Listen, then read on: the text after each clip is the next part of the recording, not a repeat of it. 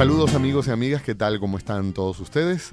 Nosotros estamos muy contentos de poder compartir nuevamente con ustedes a través de las ondas hercianas de este maravilloso mundo de la radio. Nosotros podemos conversar aquí y ustedes nos escuchan allá.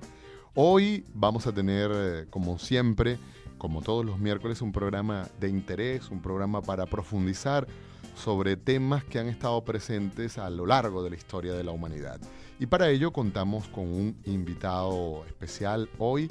Como siempre, también nos acompaña Gabriel Andrade. Gabriel, ¿cómo estás? ¿Cómo te va? Alexander, ¿cómo te va a ti? De lo mejor. Muy contento de estar aquí de nuevo. Yo también, Alex, como todos los miércoles. ¿Tú sabes, y estrenando Alex? Horario ahora también. Tenemos a las 4 de la tarde y todas las noches a las 10 también tendremos la oportunidad de escuchar nuevamente el programa. Y además de eso estamos en Facebook. Así Usted es. busca en el buscador de Facebook En Buena Onda. Hay como 4 de esos, pero usted va a identificar el nuestro por la foto y por el contenido del programa.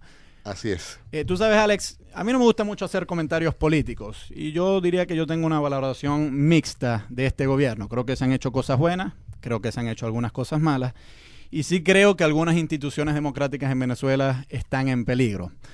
Pero algunos grupos de la oposición advierten que vivimos en un estado totalitario. Y eso a mí me parece un poco irresponsable, porque yo creo que los venezolanos nunca hemos vivido en un estado totalitario y los venezolanos no sabemos lo que es vivir realmente en un estado totalitario. Y para evitar este tipo de confusiones, yo creo que conviene aclarar qué es eso del totalitarismo. Para eso nos acompaña el profesor Lino Latela, es profesor de filosofía de la Universidad Católica Cecilio Acosta y también es director del programa de filosofía. Bienvenido, Lino. Bueno, muchas gracias, Gabriel, y gracias, profesor Alexander, por la invitación. Lino, ¿qué es el totalitarismo? Bueno, para darte una conceptualización general del problema o del fenómeno, se trataría, de los movimientos políticos más influyentes que determinaron la primera mitad del siglo XX en Europa, ¿no? Y por ende fueron los movimientos políticos que determinaron la historia global durante ese tiempo, ¿no? Por lo menos hasta el final de la Segunda Guerra Mundial. Se suele entender como totalitarismo aquella forma de gobierno, aquel sistema político en el que la forma de poder se ejerce de una manera, bueno, un poco redundante, total, dominio total o dominio absoluto sobre la vida de las personas. Es decir, sobre todas sus actividades. Pero como por ejemplo la forma de vestirse, lo que se come, cosas tan banales como esas. Pues sí, la experiencia que se tuvo en Europa de eso llega hasta esos aspectos, pues. Sí, habría que matizar ahí algunas cosas relativas, pero sí, también tiene que ver con eso. Ahora, ¿cómo se forma el Estado totalitario? Bueno, habría una serie de componentes de tipo histórico que puede tener que ver, digamos, con la cultura de las masas, la crisis económica por la que pasó Europa después del 29, las consecuencias del Tratado de Versalles sobre Europa y fundamentalmente, bueno, la crisis zarista de 1905. Son los, digamos, situaciones históricas que una tras otra se van articulando y desencadenan pues a aquella situación que llamamos totalitarismo, pues.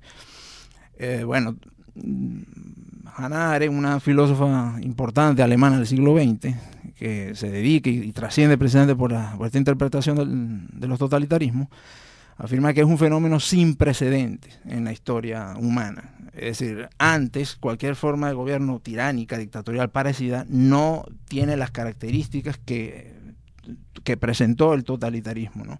Es decir, es un fenómeno nuevo en la política, es una forma de la política nueva, sin precedentes, los tiranos, inédito. Por ejemplo, Fernando VII, que hace unas semanas estuvimos celebrando la independencia de Venezuela, uno no podría decir que Fernando VII, con todo lo tirano que pudo haber sido, ninguna forma de monarquía absoluta moderna eso tendría otras características. Bueno, es decir, yo he interpretado, por ejemplo, el mundo medieval como una especie de totalitarismo de la Iglesia Católica. Pero, es decir, desde el punto de vista antropológico, moral, humano, tiene otras connotaciones, ¿no? Que distintas a porque en el sistema totalitarista lo que estamos viendo es que son ciudadanos que están siendo apresados por una mole, por un terror que les cae encima, ¿no? Entonces digamos que es, en primer lugar, un terror que no comparten. Correctamente, un Estado avasallador. Cuando hablamos de totalitarismo, más o menos en qué momento histórico nos ubicamos para diferenciarlo de otros momentos imperiales como el mismo Imperio Romano, que ejerció también una forma totalitaria de gobierno, ¿no? Bueno, básicamente Hannah Arendt denomina totalitarismo solamente a dos cosas: la Alemania nacionalsocialista y el sistema estalinista. O sea, sería una irresponsabilidad decir que en la Venezuela del siglo XXI, según Hannah Arendt, hay totalitarismo. Bueno, esto no sería totalitarismo de ninguna manera. Es difícil porque según mi interpretación, como yo leo a Hannah Arendt, no. O sea, los únicos dos casos entonces serían la Alemania nazi y la Unión Soviética. Sí, correctamente. Ahora, ¿qué otras características tiene el Estado totalitario? Nos está diciendo que en primer lugar avasalla a los ciudadanos, que corrompe las libertades individuales. O sea, ¿qué tipo de cosas caracterizan al Estado totalitario?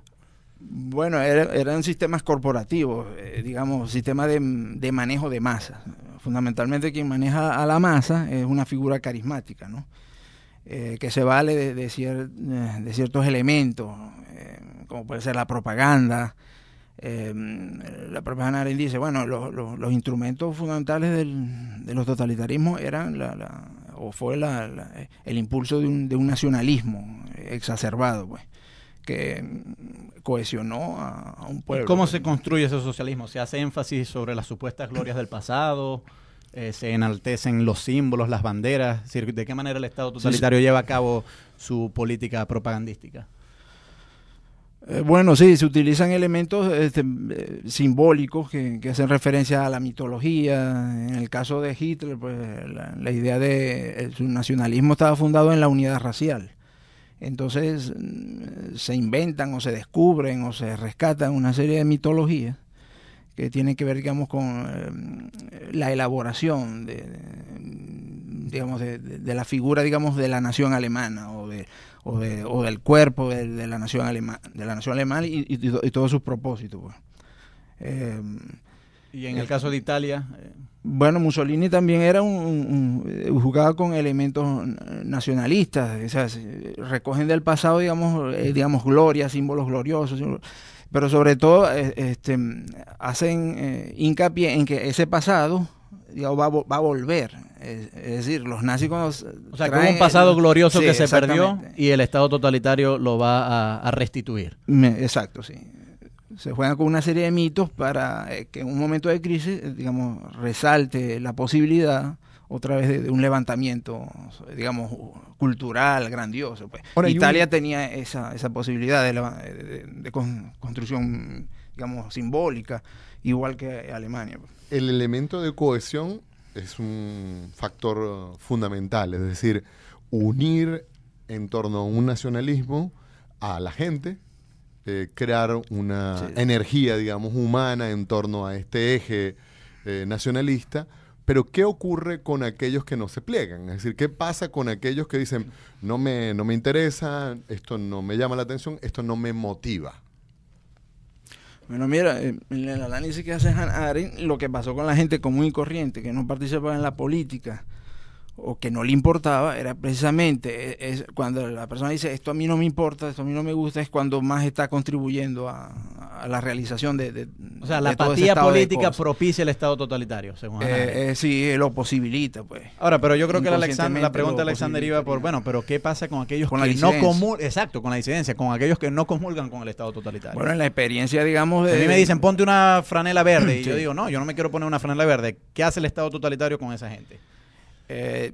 Digamos que si tú te concibes como una persona que le interesa participar en la política, dice Hannah Arendt, por ejemplo, que los soviets empezaron bien, que era una especie de democracia radical, la constitución de los soviets, pero que cuando Stalin les impuso la dictadura del partido único, hasta ahí llegó la posibilidad democrática de aquello, ¿no? Es decir, que entendemos entonces que en el Estado totalitario no hay disidencia posible, no hay otras voces posibles. Nosotros vamos a hacer una primera pausa. Les recordamos que Gabriel Andrada y este servidor Alexander Hernández estamos conversando con el profesor Lino Latela, es profesor de filosofía en la Universidad Católica Cecilio Acosta y es director del programa de filosofía que lleva adelante esta universidad. Ya continuamos con esta conversación.